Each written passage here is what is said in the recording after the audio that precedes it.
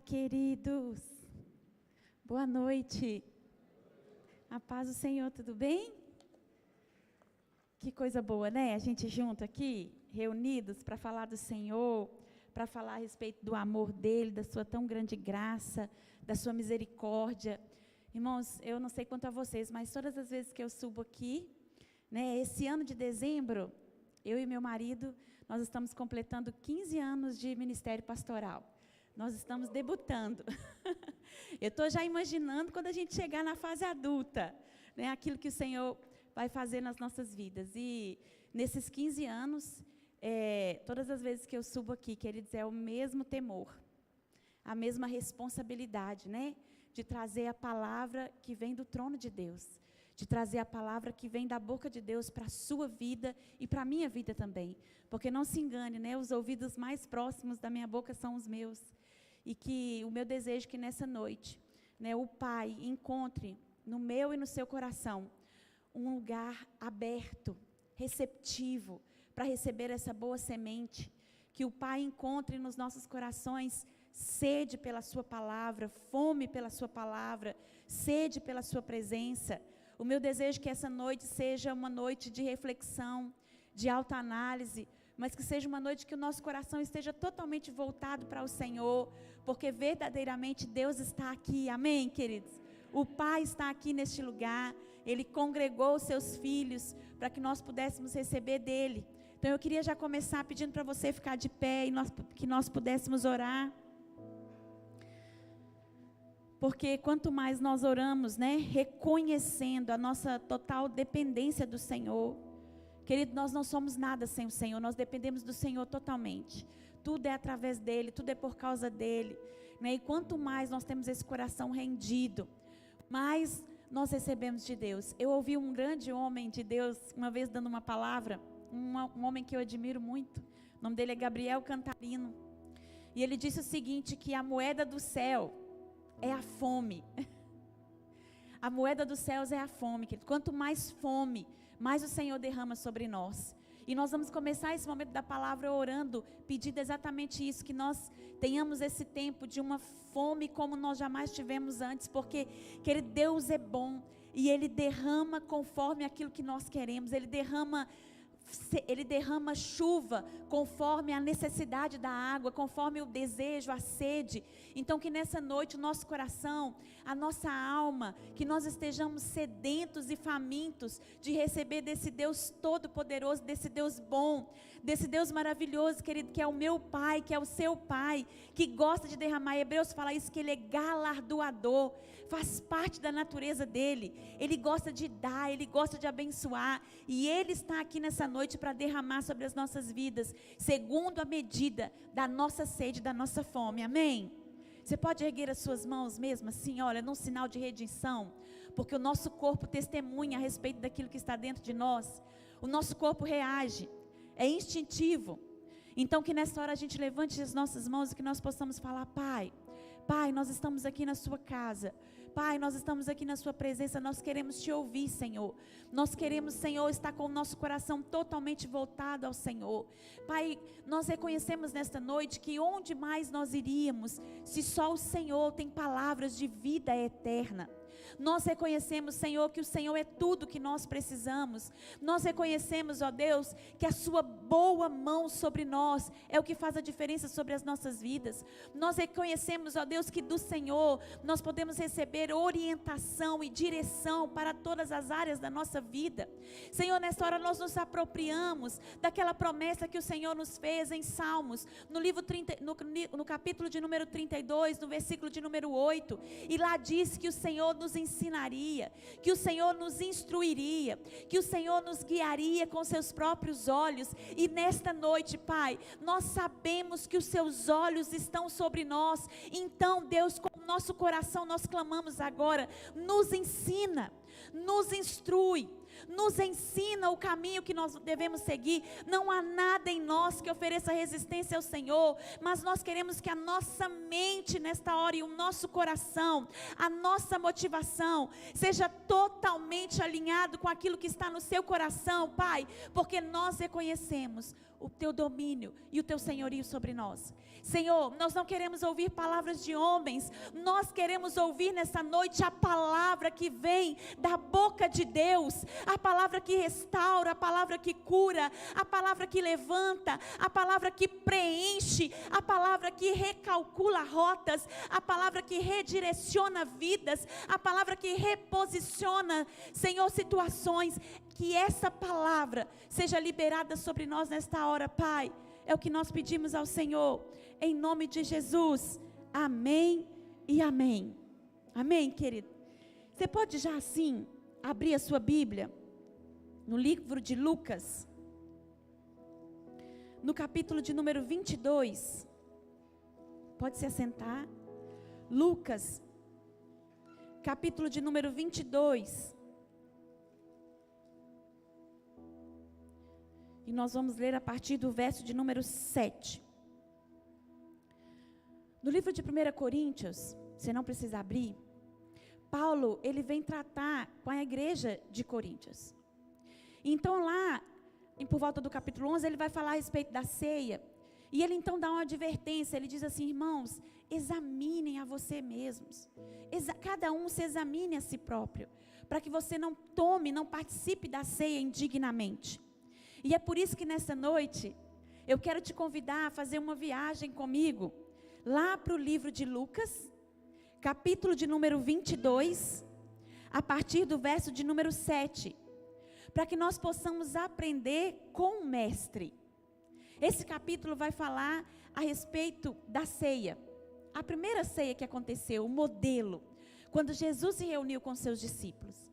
E para que nós pudéssemos nos examinar, eu gostaria de te convidar a olhar para esse texto com mais cuidado nessa noite, a olhar para esse texto com mais carinho, a olhar para esse texto com um olhar mesmo de autoanálise e de tentar entender o que Jesus quis ensinar para os seus discípulos ali naqueles últimos momentos. Vamos ler juntos?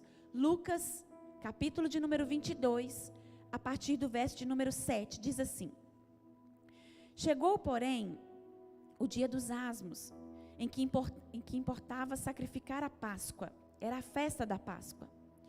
Então ele mandou a Pedro e a João, dizendo: ide e preparai-nos a Páscoa, para que a comamos. E eles lhe perguntaram: para quem, irmãos? Para Jesus. Onde quer que a preparemos? E ele lhes disse: eis que, quando vocês entrarem na cidade, encontrareis um homem. Ele vai estar levando um cântaro d'água. Seguiu até a casa em que ele entrar. Então direis ao pai de família da casa: o mestre te diz: onde está o aposento em que hei de comer a Páscoa com os meus discípulos? Então ele vos mostrará um grande cenáculo, mobiliado. Ali vocês vão fazer todos os preparativos. E então eles foram, e acharam exatamente como Jesus havia dito. E então prepararam a Páscoa. E chegada a hora, pôs-se à mesa, e com ele os 12 apóstolos. E chegada a hora, Jesus estava à mesa, querido. E naquela mesa estava com ele os seus 12 apóstolos. E disse-lhe: eu desejei muito comer essa Páscoa convosco, antes que eu padeça. Porque vos digo que a não comerei mais, até que ela se cumpra no reino de Deus. E então Jesus, tomando o cálice, e havendo dado graças, disse: tomai-o e repartiu entre vós. Porque vos digo que já não beberei do fruto da vide, até que venha o reino de Deus. E tomando Jesus o pão, e havendo dado graças, ele o partiu, e deu-lhe, dizendo: isto é o meu corpo, que é dado por vós. Fazei isso em memória de mim. Semelhantemente, Jesus tomou o cálice depois da ceia, dizendo: este cálice é um novo testamento do meu sangue, que é derramado por vocês. Mas eis que a mão daquele que me trai está comigo à mesa. Pai, esta é a tua palavra. Fala conosco, Pai, nesta noite, para a glória do teu nome. Em nome de Jesus. Amém e amém. Querido, nós vemos esse texto é o texto que mostra a respeito da celebração da primeira ceia. Mas na verdade, o que era aquela festa para a qual eles estavam se reunindo? Na verdade, eles estavam reunidos ali, eles não tinham a noção de que Jesus estava celebrando a primeira ceia como nós fazemos aqui. Na verdade, Jesus estava ali reunido com seus discípulos para celebrar uma festa judaica. Era uma tradição judaica. E que festa era essa? Era a festa da Páscoa. Pastor, o que festa era essa? O que significava a Páscoa? A palavra Páscoa, na verdade, significa passagem, passar por cima. A festa da Páscoa, ela se deu início quando o povo judeu ainda era cativo lá no Egito. E após várias tentativas de saírem da dura cerviz de Faraó, e Faraó cada vez mais e mais endurecido, apesar do clamor de Deus e de tantas mensagens que Deus enviava, liberte o meu povo, eu quero que o meu povo seja livre, porque naquele momento, o povo de Deus estava debaixo da mão opressora de Faraó, vivia uma escravidão que massacrava o povo. E apesar de inúmeras mensagens, liberta o meu povo, Faraó, liberta o meu povo, Faraó estava endurecido. O coração de Faraó estava endurecido. E após 9 pragas virem sobre o Egito, então Deus dá um ultimato. E Deus diz então que o povo deveria se reunir, o povo de Deus, porque ele haveria de mandar a última praga sobre o Egito. E ele dá orientações específicas, eles falam assim, olha, vocês vão fazer, antes que essa situação de tanta dor, que essa calamidade venha sobre o Egito por causa do endurecimento do coração de Faraó, vocês vão preparar algo diferente. Vocês vão celebrar um momento diferente com a sua família. E que momento era esse? Deus havia liberado uma palavra e a última praga que viria sobre o Egito seria a morte de todo o primogênito. A morte passaria sobre o Egito e iria visitar todas as casas. Ela entraria e ceifaria a vida de todo o primogênito. Mas Deus dá orientação para o seu povo, querido. E ele diz assim, olha, vocês não irão sofrer desse mal. Por quê? Porque vocês são melhores? Porque vocês são mais puros? Não. Porque vocês vão sacrificar um cordeiro. Vocês vão sacrificar um cordeiro. E após sacrificar um cordeiro, deve ser um cordeiro limpo, um cordeiro perfeito. Vocês vão passar o sangue desse cordeiro no umbral das portas. E assim, quando o anjo da morte vier, ele não encontrará a casa de vocês, porque vocês vão estar protegidos pelo sinal da minha aliança.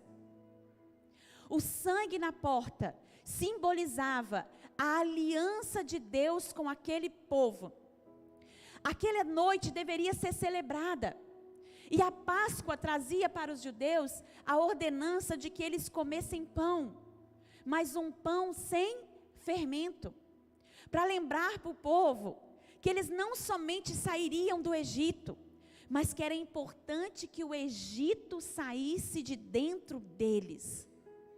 Eles não estariam mais ali sob o domínio de Faraó, eles já não estariam mais sobre o governo do sistema da época, mas a partir daquele momento, eles precisariam dentro deles estar livre de todo o costume, de todo o pecado que nos afasta de Deus.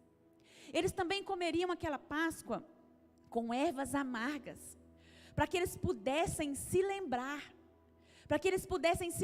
do tamanho sofrimento que eles passavam no Egito, e de como a poderosa mão do Senhor foi que os resgatara. E então eles comeriam o cordeiro, o sinal da aliança. E por causa daquele sangue, querido, que estava sobre as portas, aquela morte não poderia os atingir. A Páscoa, a festa da Páscoa, era algo profético. Era um apontamento para o sacrifício de Jesus, para um sangue de um cordeiro perfeito, que seria derramado em favor da minha e da sua vida, a tal ponto que nós não conheceríamos mais a morte espiritual. Porque a palavra de Deus nos diz que aquele que crê em Jesus, ainda que esteja morto, viverá. Queridos, a igreja primitiva chegou a um ponto que as autoridades da época se reuniram e eles temeram aquele povo. Sabe por quê? Porque aquele povo não temia.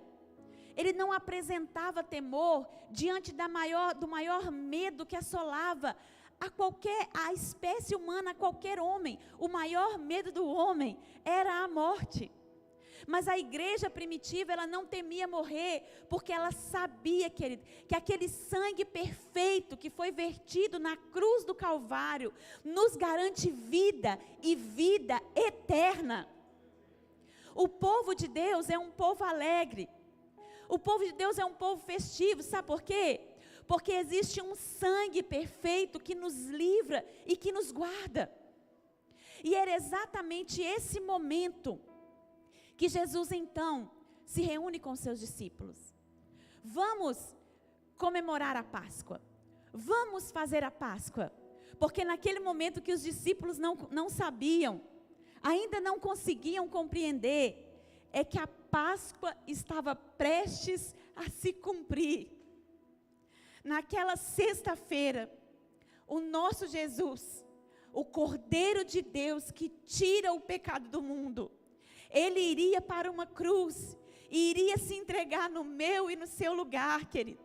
Ali, naquela sexta-feira, em uma cruz, lá no Calvário, Jesus Cristo iria levar sobre ele não apenas o pecado daquelas pessoas que estavam com ele naquele momento, mas todo o pecado da humanidade passada, presente e futura, estava sobre Jesus naquela hora, querido. E naquele momento, aquele sangue vertido, estava nos garantindo o direito à vida e vida eterna.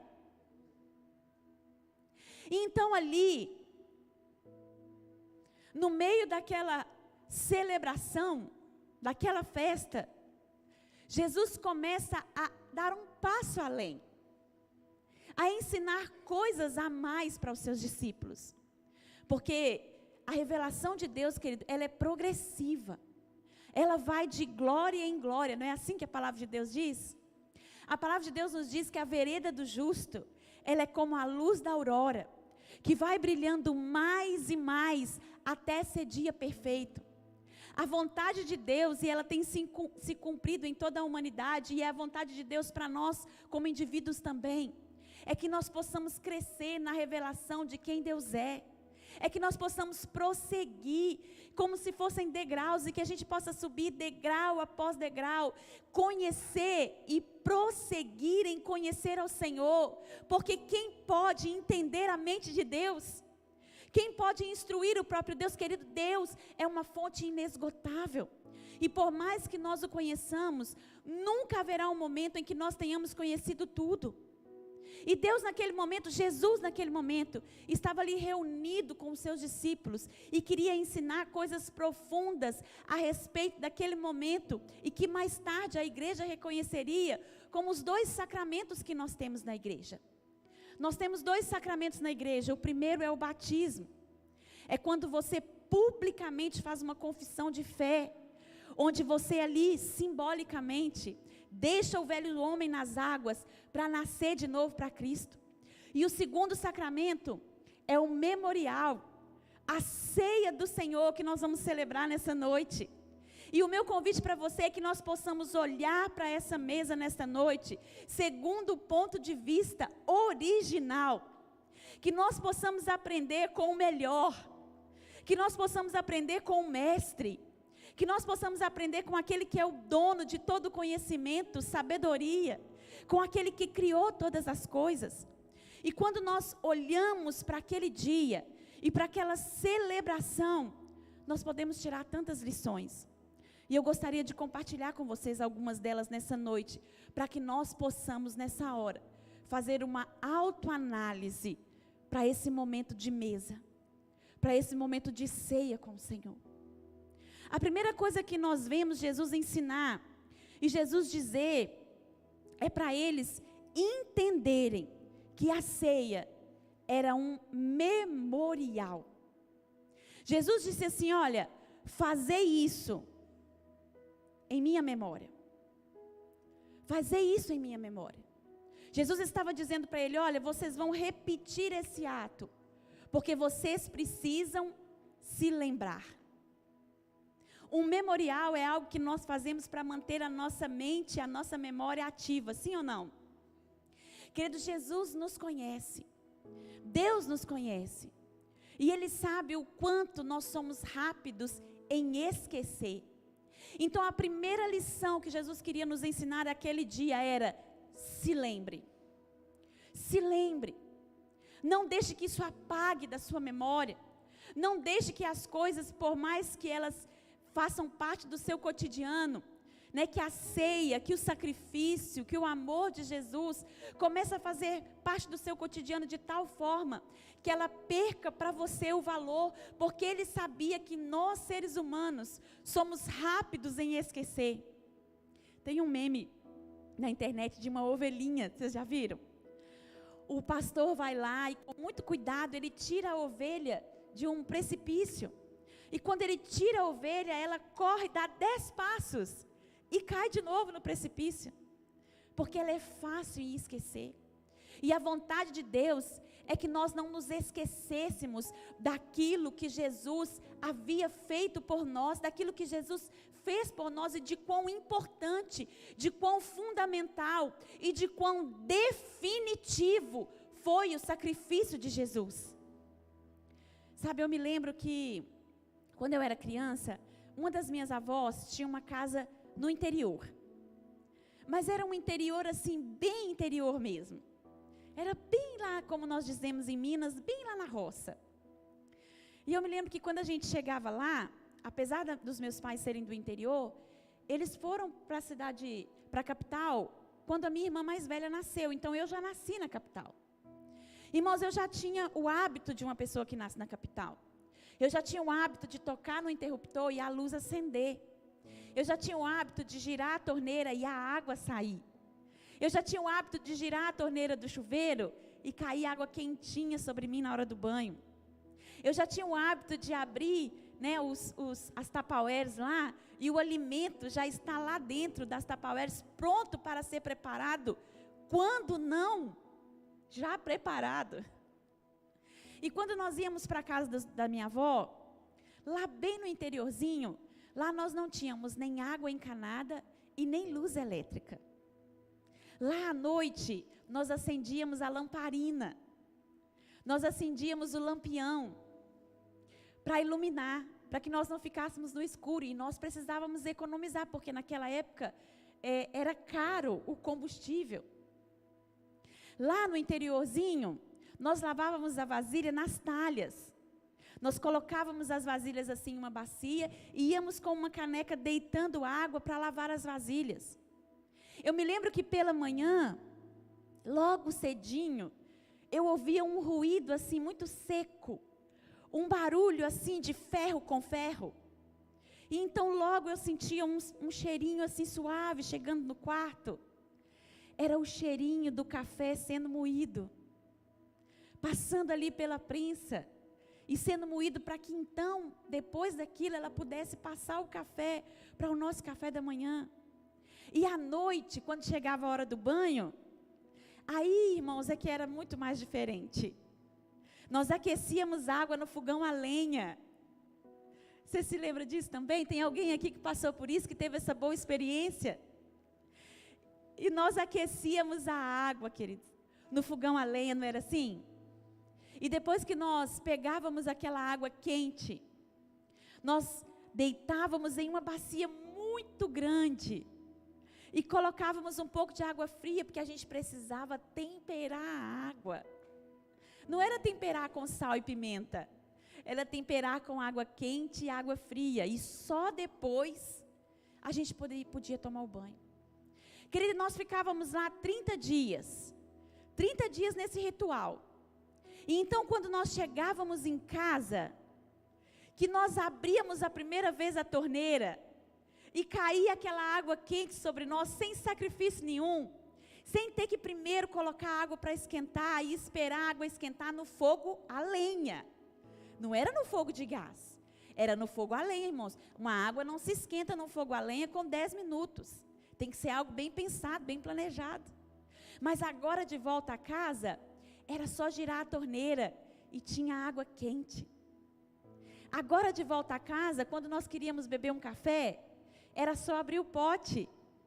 E nós tirávamos com as colheres o pó já moído. Agora quando nós queríamos um leite, era só nós irmos à padaria ou pegar no armário, não precisava mais ir lá na vaquinha tirar o leite. Agora nós não precisávamos mais ficar buscando água naquela bica mais longe, que tinha uma água mais fresca, para fazer o suco para o almoço. Não, agora a água fresca estava no frigorífico, estava na geladeira e era muito fácil preparar. E nos primeiros dias, tudo aquilo era maravilhoso. O banho ficava mais fácil, lavar a louça ficava mais fácil. Por quê? Porque nós nos lembramos, gente, vamos lavar essa louça sem reclamar, gente. Se a gente estivesse lá na casa da vovó, nós teríamos que ir buscar água, nós teríamos que ficar jogando água nessa louça com uma caneca. Agora a gente só abria a torneira. E nos primeiros dias, essas atividades que antes nós reclamávamos, ficavam leves. Nós olhávamos para elas com gratidão. Obrigado porque nós temos água quente. Obrigado porque nós temos água encanada.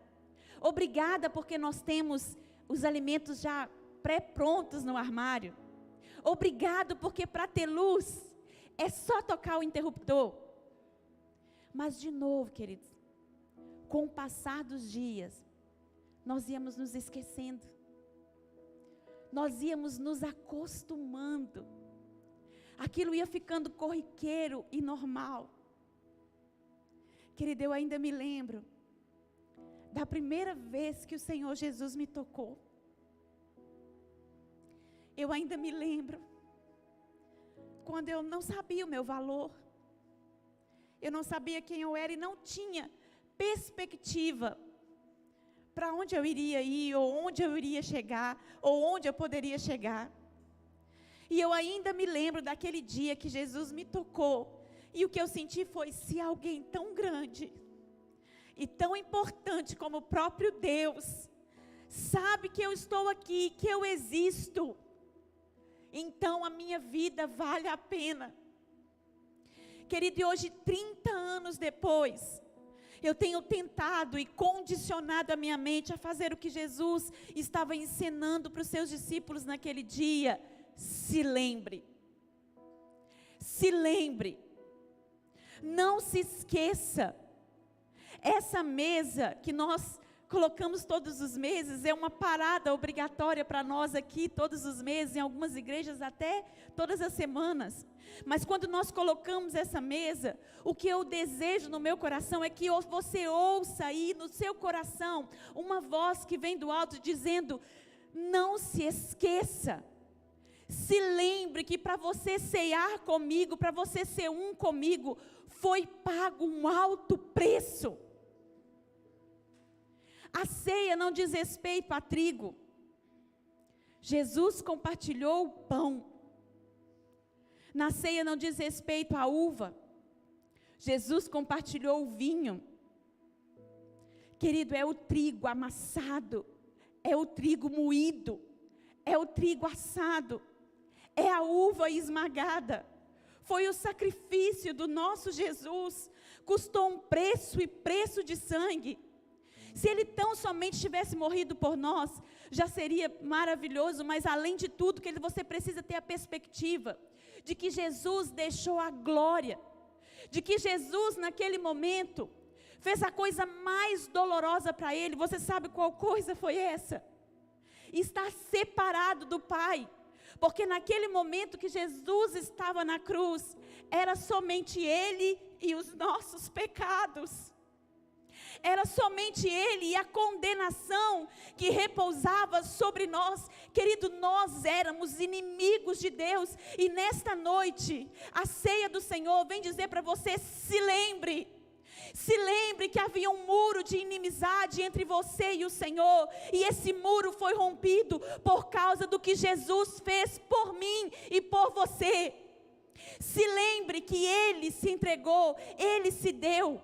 Ninguém tomou a vida de Jesus. João no capítulo 10 diz isso: olha, ninguém toma a minha vida, eu dou, e isso faz toda a diferença. Jesus olha para você nessa noite e diz: esta mesa da ceia te convida, se lembre do valor que existe na sua salvação, se lembre no alto preço que você pagou, para que hoje você pudesse olhar para os céus e dizer a Deus: Pai, Pai. Essa ceia também vem nos ensinar uma outra coisa, e eu queria chamar a sua atenção nessa noite. Essa ceia também, essa mesa, vem nos lembrar a respeito de comunhão. A palavra fala que Jesus estava ali, e com Ele estavam os... Quem estavam? Os 12 apóstolos. Eles estavam todos reunidos ali. Querido, naquela época, as mesas não eram como as mesas que nós temos hoje. As mesas, elas eram baixinhas. E é por isso que era tão importante que as pessoas, antes de comer, lavassem as mãos, mas também lavassem os pés. Porque eles estavam muito próximos. E ali estavam os discípulos, todos debruçados sobre aquela mesa. Todos juntos, todos em comunhão. Porque o sacrifício de Jesus feito naquela cruz nos ensina também a respeito de dois movimentos. Um movimento vertical que liga o homem a Deus, mas um movimento na horizontal que nos liga uns aos outros. Querido, se você olhar para aquela mesa, essa semana eu estive revendo uma série que eu gosto muito, que é o The Chosen. Se você ainda não viu, eu te aconselho que veja, é maravilhoso. E então eu revendo aquelas cenas e vendo o momento de chamamento de cada um dos discípulos, os discípulos chegando. Querido, e quando a gente olha para aquela mesa, os 12 assentados, e eu vou te dar somente uma prévia de quem eram aqueles 12. Eu não tenho tempo aqui para falar de cada um, mas eu vou te dar uma prévia para você entender de que era composta aquela mesa. Naquela mesma mesa, nós tínhamos Mateus. Quem era Mateus? Um cobrador de impostos, querido. Um cobrador de impostos era um homem que estava traindo o seu próprio povo. Ele extorquia, ele era instrumento para oprimir ainda mais o seu povo. Mateus era um judeu, cobrador de impostos. Era visto naquela época pelos seus compatriotas como a escória da humanidade. Era alguém que era traidor, que não levava em conta a lei de Deus, estava lá punindo o povo que já estava demasiadamente sofredor. E do lado de Mateus, sabe quem que nós temos? Nós temos Simão Zelote. Quem é Simão Zelote?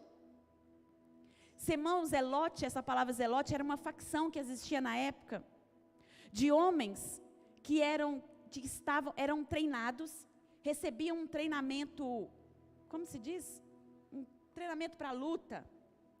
Um treinamento como se fosse um exército mesmo.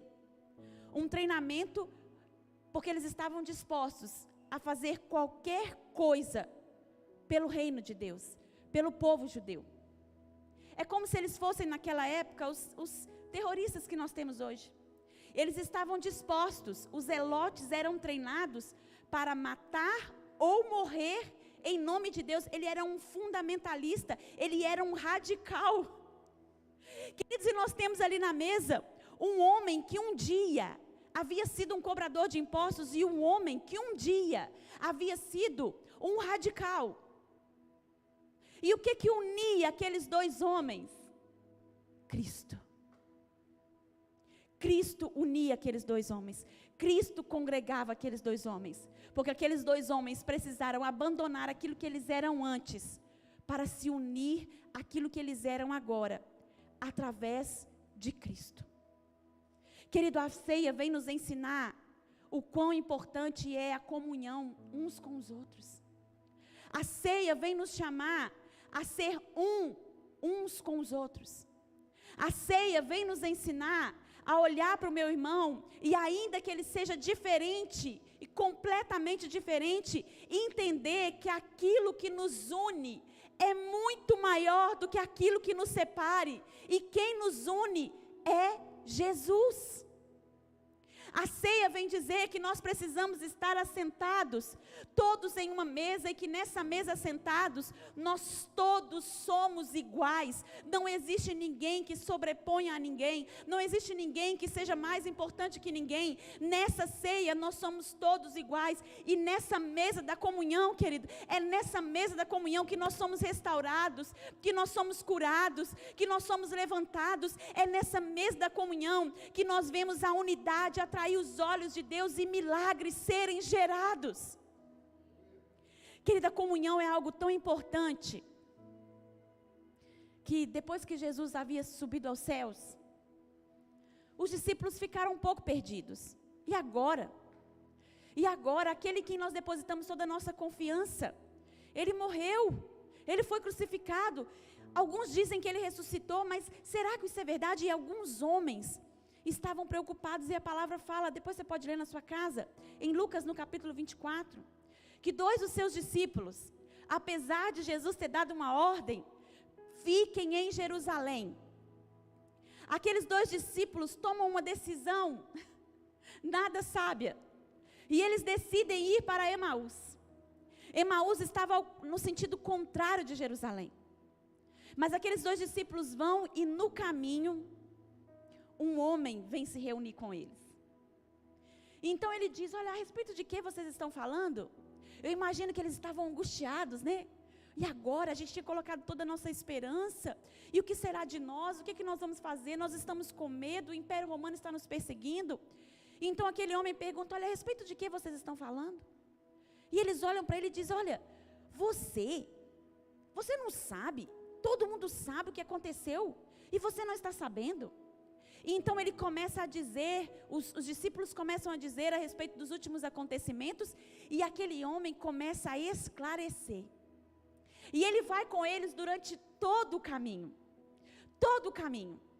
Então eles entram em uma casa, e eles começam a comer, e a palavra fala que quando eles deram graça, no partir do pão, na mesa da comunhão, irmãos, os olhos daqueles discípulos foram abertos.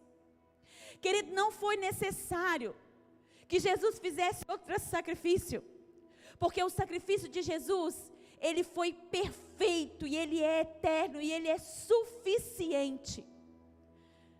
Jesus precisou fazer o quê? Uma mesa da comunhão. E naquela hora que o pão foi partido, os seus olhos foram abertos, eles reconheceram Jesus, e eles se lembraram de como tudo que ele falava ardia dentro deles, e aqueles homens que antes estavam desanimados, que estavam com medo, que estavam se comportando como se fossem foragidos, aqueles mesmos homens que estavam indo em sentido contrário à promessa de Deus, ao desejo de Deus, ao pedido de Jesus, eles recalculam a rota, eles fazem uma conversão, e eles voltam para o lugar da promessa, porque eles ainda estavam na sexta-feira da paixão, mas Jesus veio mostrar para eles que havia um domingo da ressurreição. Querido, e esse abrir de olhos, ele veio no momento da mesa, no momento da comunhão, no momento que eles estavam juntos. Então essa mesa da ceia nessa noite, vem lembrar para você, meu irmão e minha irmã, não ande sozinho, esteja junto, ande em comunhão. Deus nos fez para apoiarmos uns aos outros, e aquele que se isola, insurge contra a verdadeira sabedoria. Se você deseja ter os seus olhos abertos e o seu coração curado, talvez você está como aqueles discípulos estavam naquele dia, desanimado, perdido, amedrontado por causa das más notícias. Eu quero te dizer nesta noite que é no partir do pão da comunhão que nós somos fortalecidos e renovados, porque a ceia do Senhor vem nos dizer, ande em comunhão. Sabe, existe uma outra verdade que a ceia também nos ensina, e a ceia nos ensina que agora nós teremos uma união com Cristo. Colossenses no capítulo 1, no versículo de número 27, tem um versículo que diz assim: Cristo em nós, a esperança da glória. Mas o versículo começa dizendo a respeito de um grande mistério, que Deus ocultou aos sábios, mas resolveu revelar aos gentios. Paulo estava escrevendo aos gentios. E que mistério poderoso é esse? Cristo em nós, a esperança da glória. Sabe, muitos de nós, quando temos aquela impressão do céu, né, aquela imagem do céu, nós pensamos assim: olha, quando eu chegar no céu, eu vou querer procurar Abraão, não é, irmãos? Quem já pensou isso? Eu vou querer procurar Isaac, Jacó. Ah, não, eu quero ver Eliseu, Elias. Não, gente, eu quero Enoque.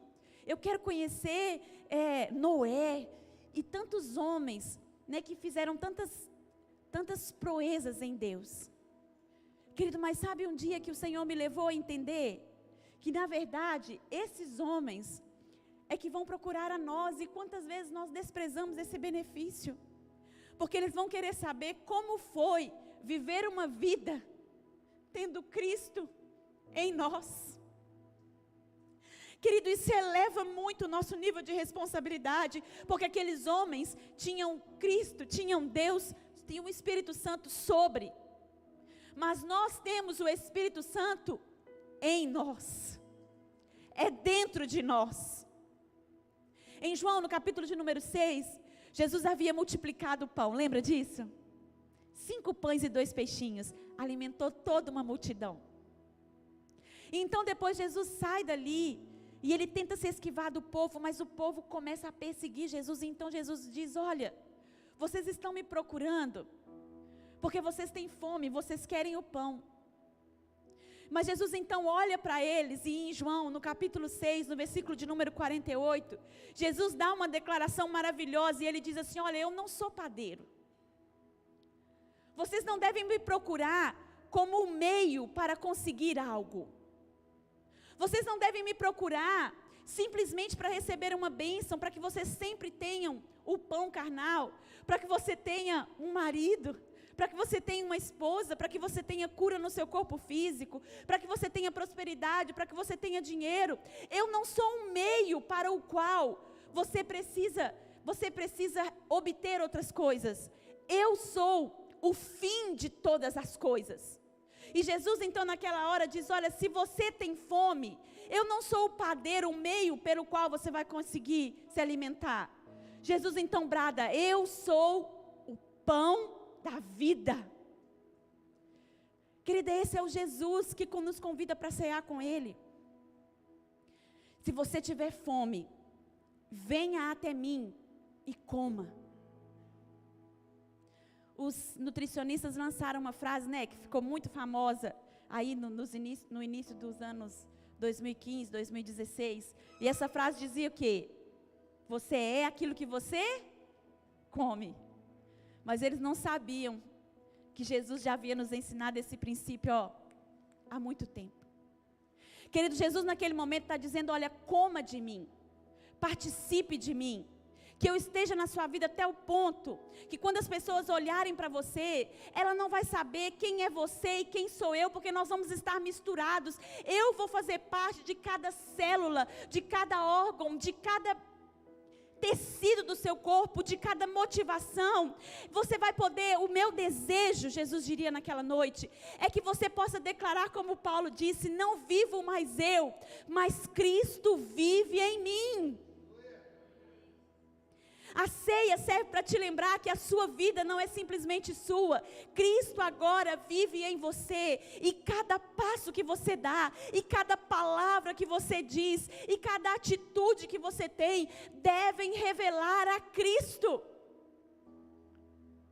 Martin Luther King tem uma frase que eu gosto muito. Ele diz assim: olha, o que me assusta não é o barulho dos maus, mas é o silêncio dos bons. Romanos capítulo 8 diz que até a criatura tem uma ardente expectativa. E que expectativa é essa? A manifestação dos filhos de Deus. Querido, a ceia vem te lembrar que você é um com Jesus. que cada atitude sua deve expressar o quão bom e quão poderoso Ele é. Que cada sorriso seu deve comunicar o quão atencioso e poderoso Ele é para transformar as vidas. Que cada resposta que você dê a qualquer pessoa, em qualquer lugar e sobre qualquer circunstância, revele em Cristo, a natureza de Cristo dentro de você. E essa deve ser a pauta. Eu amo quando Jesus diz: eu sou o alfa e o ômega. O alfa e o ômega, o início. Jesus precisa ser o início, o nosso ponto de partida. Tudo que nós vamos fazer precisa começar entendendo que nós devemos fazer representando a Cristo. Mas Ele não é apenas o alfa, Ele também é o ômega, o final de todas as coisas. E isso vem nos lembrar que Ele não deve ser apenas o início, mas Ele deve ser também o final. Cristo deve ser manifestado através de nós. Sabe, eu conversando outro dia com o Juninho, eu disse para ele que eu gosto de me autoanalisar, o quão Cristo está em mim, através das minhas reações. As nossas ações, elas podem ser calculadas, sim ou não? Né? Eu, por exemplo, como uma boa fleumática que sou, costumamos ter cada atitude que nós vamos tomar bem pensadas. Então nós conseguimos pensar e planejar aquilo que nós vamos fazer. Mas a nossa reação é uma resposta daquilo que está dentro de nós. O Senhor nessa noite de ceia nos convida a refletir como eu tenho reagido. Como eu tenho reagido às dificuldades dessa vida. Como eu tenho reagido às más notícias dessa vida. Como eu tenho reagido às pessoas que me desafiam. Como eu tenho reagido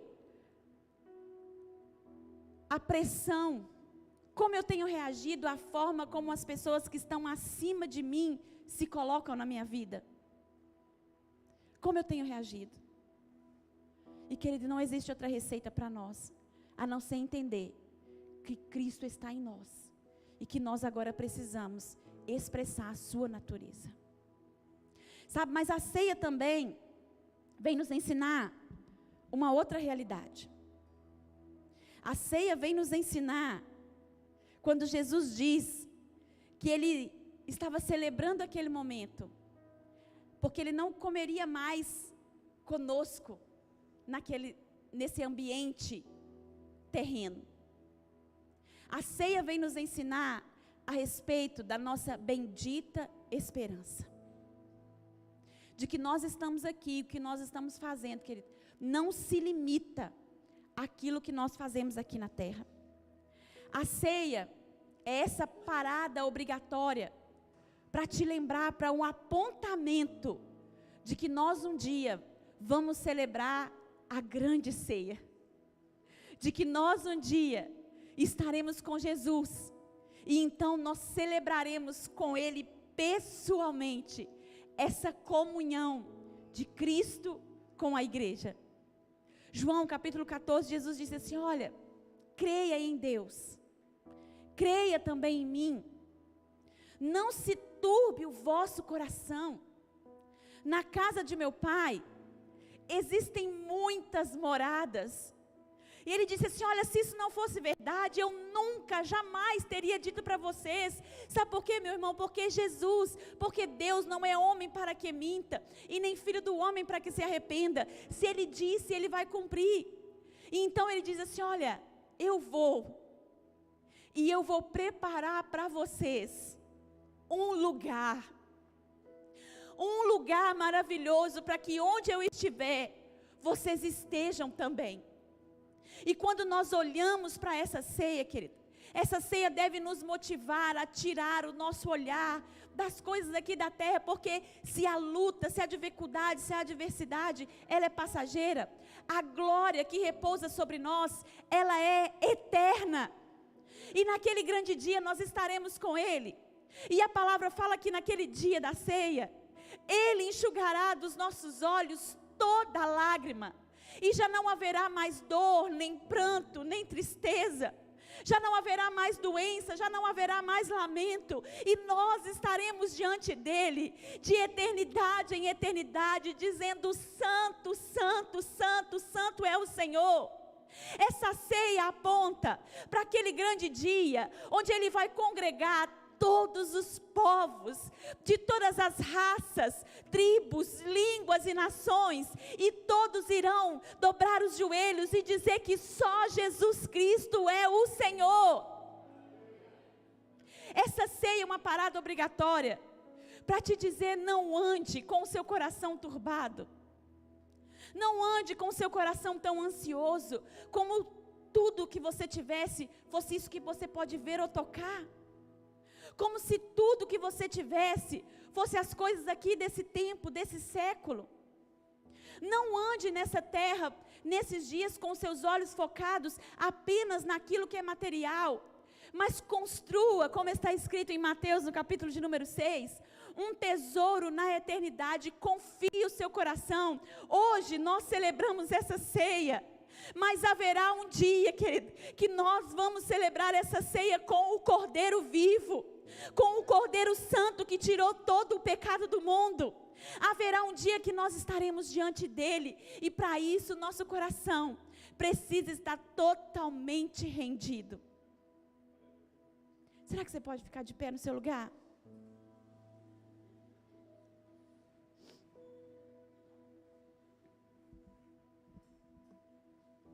Querido, baseado em tudo isso que nós ouvimos, e na consciência da importância da nossa ceia, dessa ceia, entendendo que nós vamos comer, celebrar esse memorial com o corpo e o sangue de Cristo, entendendo, querido, que não era um pão para cada um, era um pão para todos. É sobre essa perspectiva que eu gostaria de convidar você a fazer essa autoanálise nessa noite, a passar por essa peneira, a olhar para você mesmo. E nesses tempos de Instagram, de Facebook, de status no WhatsApp, é tão mais fácil e prazeroso olhar para o outro, que nós nos esquecemos de olhar para nós mesmos. Mas essa é uma noite onde nós somos convidados a examinar aquilo que está no nosso coração, a examinar. E talvez você pensar: Senhor, eu tenho me esquecido, talvez eu não tenho valorizado como eu deveria valorizar o seu sacrifício. Senhor, talvez a parte onde eu tenha falhado é a parte da comunhão. Senhor, eu não tenho andado em comunhão com os meus irmãos como o Senhor gostaria. Eu não tenho andado em comunhão com os meus irmãos conforme é a vontade do Senhor. Talvez nessa noite a sua autoanálise vai te levar para esse lugar onde talvez você entenda que você tem deixado passar oportunidades de manifestar Cristo através da sua vida e de você ser a resposta de Deus para as pessoas que estão ao seu redor. Mas talvez quando você fizer essa autoanálise, você vai perceber que tem desperdiçado os seus dias andando ansioso com tantas coisas dessa terra, andando aflito e angustiado, valorizando demasiadamente aquilo que é transitório e desprezando aquilo que é eterno.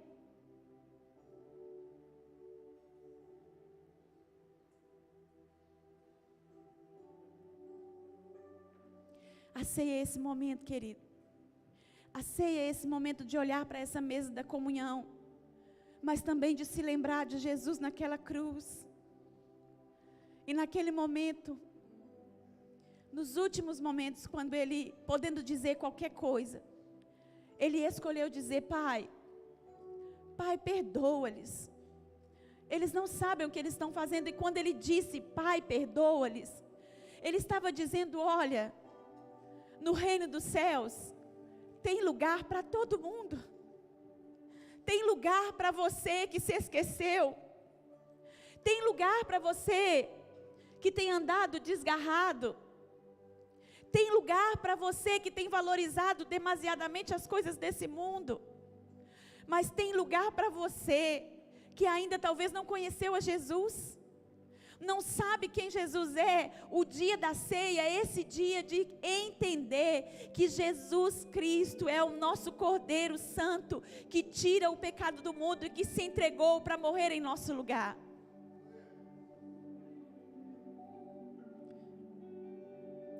A palavra fala que nós não devemos tomar a ceia indignamente. Mas isso não significa que nós não devemos tomar. Isso significa que nós devemos consertar, amém?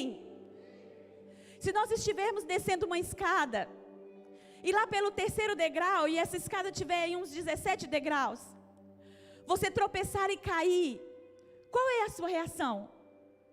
Você pensa assim, já caí no 3º degrau, vou rolar o resto. É assim que você pensa? Não, você se levanta. Você olha para os lados para ver se ninguém percebeu. Você apruma o corpo e conserta para terminar de descer. Queridos, existe uma carreira que Deus propôs para você cumprir. Existe um chamado de Deus que repousa sobre a sua vida, que repousa sobre a vida de cada um de nós, que é esse ministério da reconciliação. E nós temos que estar desembaraçados para cumprir. E o dia da ceia é o dia dessa parada obrigatória de consertar para reafirmar a nossa aliança.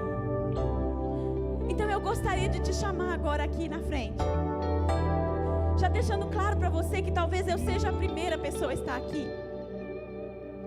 E eu gostaria de te convidar você que entrou aqui nessa noite, e que talvez olhando para você mesmo, você reconheça: eu preciso nessa noite de um toque a mais do Senhor. Eu preciso nessa noite de alinhar o meu coração com o Senhor. Talvez você precise alinhar, porque talvez você se esqueceu daquele primeiro amor. E lembre-se do Salmo 51, onde Davi fala: Deus, cria em mim um coração puro, renova em mim um espírito inabalável. Não retires de mim a alegria da tua salvação. E talvez você se esqueceu dessa alegria, e o Senhor te convida nesta noite: vem para poder consertar. Talvez você não tenha se esquecido disso, mas talvez para você está difícil andar em comunhão. Talvez você, como a filha de Herodias, que podendo ganhar um reino, escolheu manter-se numa posição de cobrança, negando o perdão a quem havia ferido. Talvez você está aí no seu lugar e você disse: eu tenho tido dificuldade para perdoar e para consertar.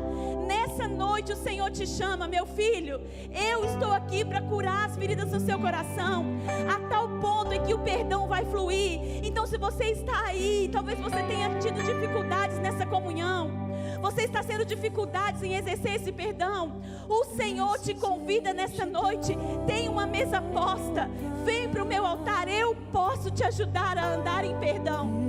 Eu posso te ajudar a andar em perdão. Mas talvez não é esse o convite que você precisa ouvir nessa noite. Talvez o convite que você precisa ouvir nessa noite é aquele convite que diz: olha, a ansiedade, pastor, está me consumindo. A ansiedade e a preocupação está consumindo os meus dias. Eu já me levanto da minha cama pensando se eu vou ter o que comer amanhã. Eu já me levanto da minha cama com um peso no meu peito, temendo pelo dia de amanhã. Então o Senhor nesta noite também tem um convite para você, meu irmão. Saia do seu lugar nesta hora como um ato profético e venha para essa mesa da ceia, para se lembrar que Deus cuida de você, que essa ceia aponta para uma ceia que nós vamos celebrar diante dele naquele dia. Toda ansiedade dará lugar à convicção de que ele é Deus sobre a nossa vida.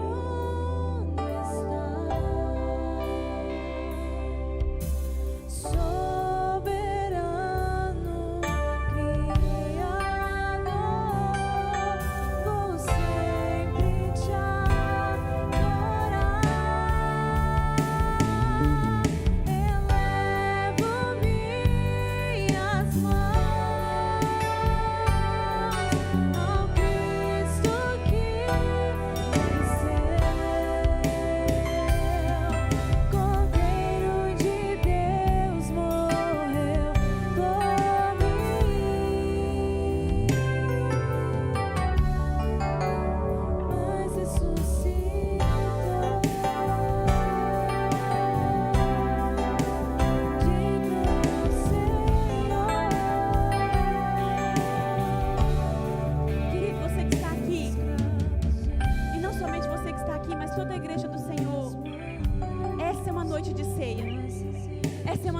reafirmar a nossa aliança. Essa é uma noite de se lembrar. E essa canção fala a respeito disso. Digno é o Cordeiro.